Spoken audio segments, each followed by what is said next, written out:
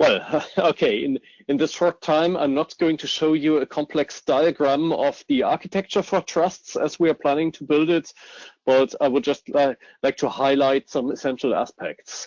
So first, let's say, some relevant points from the IDS reference architecture in a nutshell.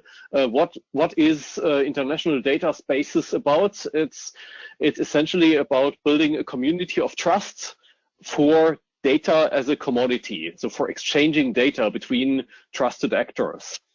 So the topic of today's session is data spaces, but in particular data markets. And any such data market is a community in which, well, data is being exchanged and in which participants need to trust each other. And in the IDS reference architecture model, we've had a closer look at what concerns are relevant. Oh, by the way, I should also, if bandwidth allows, I should also show my face so that you can see me speaking. So we've spent a lot of thinking on what concerns are of interest when you exchange digital resources.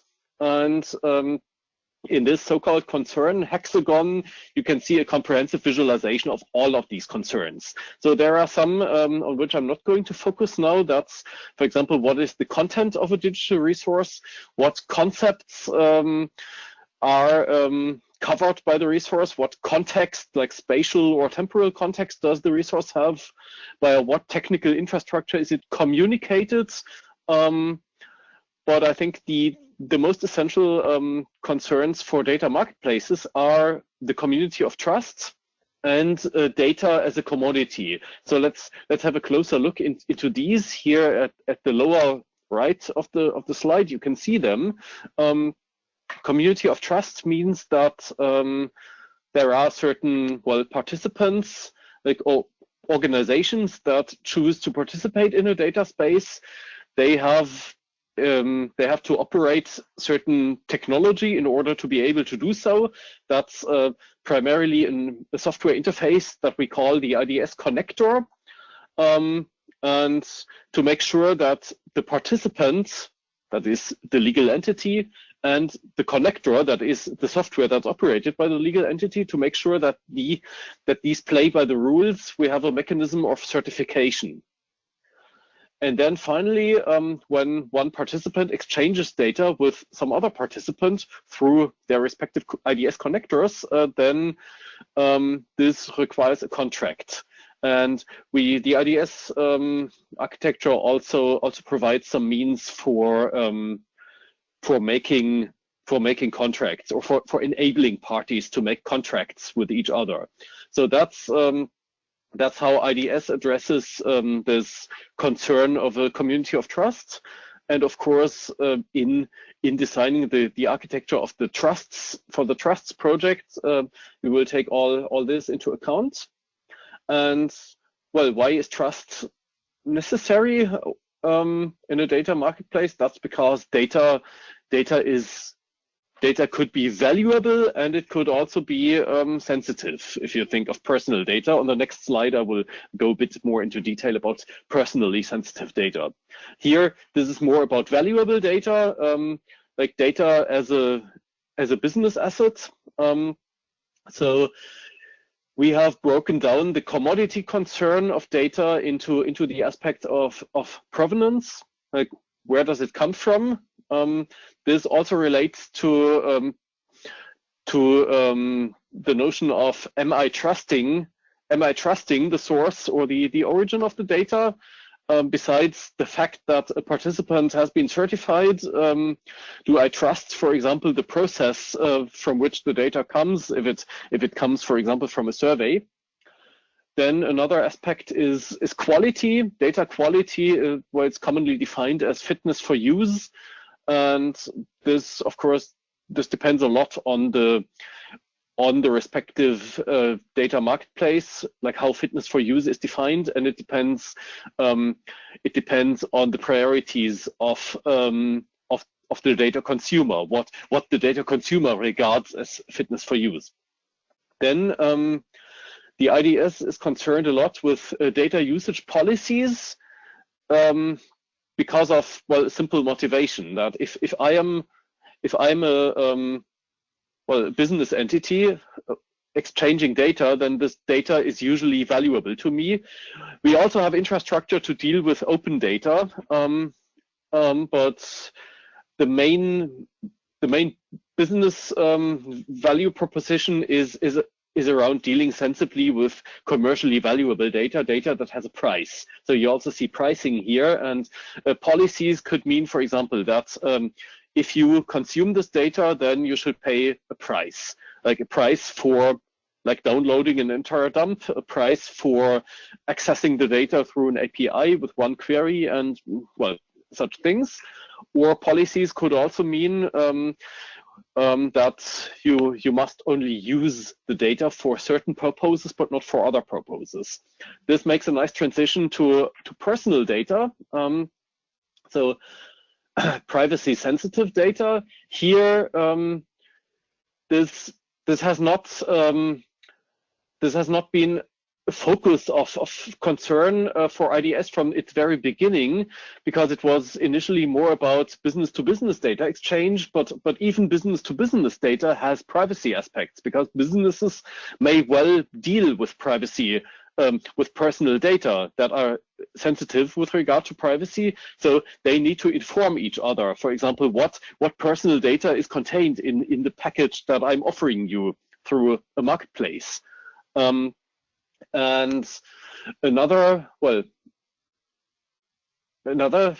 aspect is, of course, that when it comes to data usage policies, that when I'm exchanging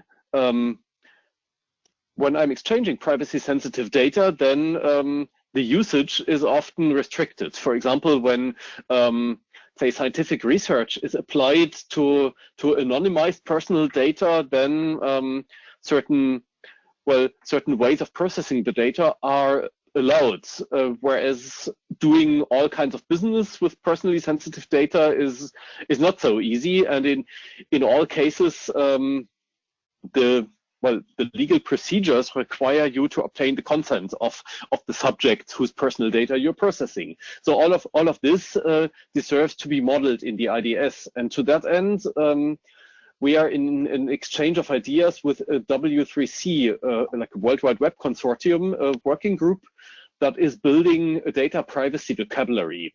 And you can imagine, if you're familiar with the GDPR or similar regulations on how to process personal data, then you can imagine this data privacy vocabulary as a machine executable implementation of such regulations. And well, as I said, this relates to a lot of aspects of the IDS architecture. I spoke about data usage policies already. I spoke about annotating the content of digital resources with its privacy aspects, and there are even further links. So in the IDS architecture, we are also concerned with data apps. So pieces of software that you can download from an app store into your connector, such that you can transform or analyze or enhance the value of data.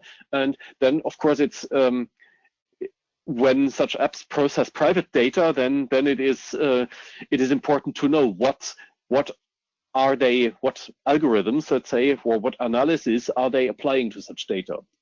And there are further parallels. So, for example, what measures for data protection is an organization applying, and this closely relates to certification in the IDS. Now, my last input into the discussion is an example of an existing data market. In the preparation of this session, we've actually discussed the question, what data markets exists? There are not so many data marketplaces around. There are many portals from which you can download, for example, open data, and some of them are branded as data marketplaces, but not so many of them are true data marketplaces. From our other research activities in the domain of mobility, we are aware of a true existing data marketplace, but even this does not have all aspects that we would like to address in IDS and in the trusts project. So in Germany, there is the mobility data marketplace that's operated by the Federal Ministry of Transport and Infrastructure. And this has a lot of data. I put some screenshots in German here. So all kinds of data about traffic infrastructure, traffic construction. The main use case that the broad population is aware of is that the fuel prices are reported, that every gas filling station is obliged to report their prices to this to this mobility data marketplace, such that that the providers of service apps can then report them and make them available to consumers. So this data exchange is facilitated via the mobility data marketplace. It's not that data flows through the central data broker, but the exchange is the contracts are enabled. So interested data consumers can find providers of relevant data. You see some statistics. So there are more than 500 data organizations that provide data, almost 400 data consumers, and there are also most of the data is free of charge, but it is not open data in that you are allowed to do anything with it. For example, when you want to use the fuel price data, then you have the obligation to implement, if you provide an end user app, to implement a feedback mechanism such that consumers can report this price is wrong. Okay, and now, while privacy is not yet of a concern here, trust is of a concern. It's currently handled via registration. So your organization has to register in order to be able to participate in this mobility data marketplace. Contracts and payment are handled externally. This will also continue to be the case in future, but some other IDS mechanisms are of great interest to this platform. So in fact, we've been collaborating with the operators of this platform in a pre-study, and we are currently collaborating in a research project. And now the ministry is also running a tender for software providers to upgrade this platform to IDS technology. The primary interests here are better mechanisms for data usage control and a streamlined management of apps that process data. The first release of this is expected by the end of next year.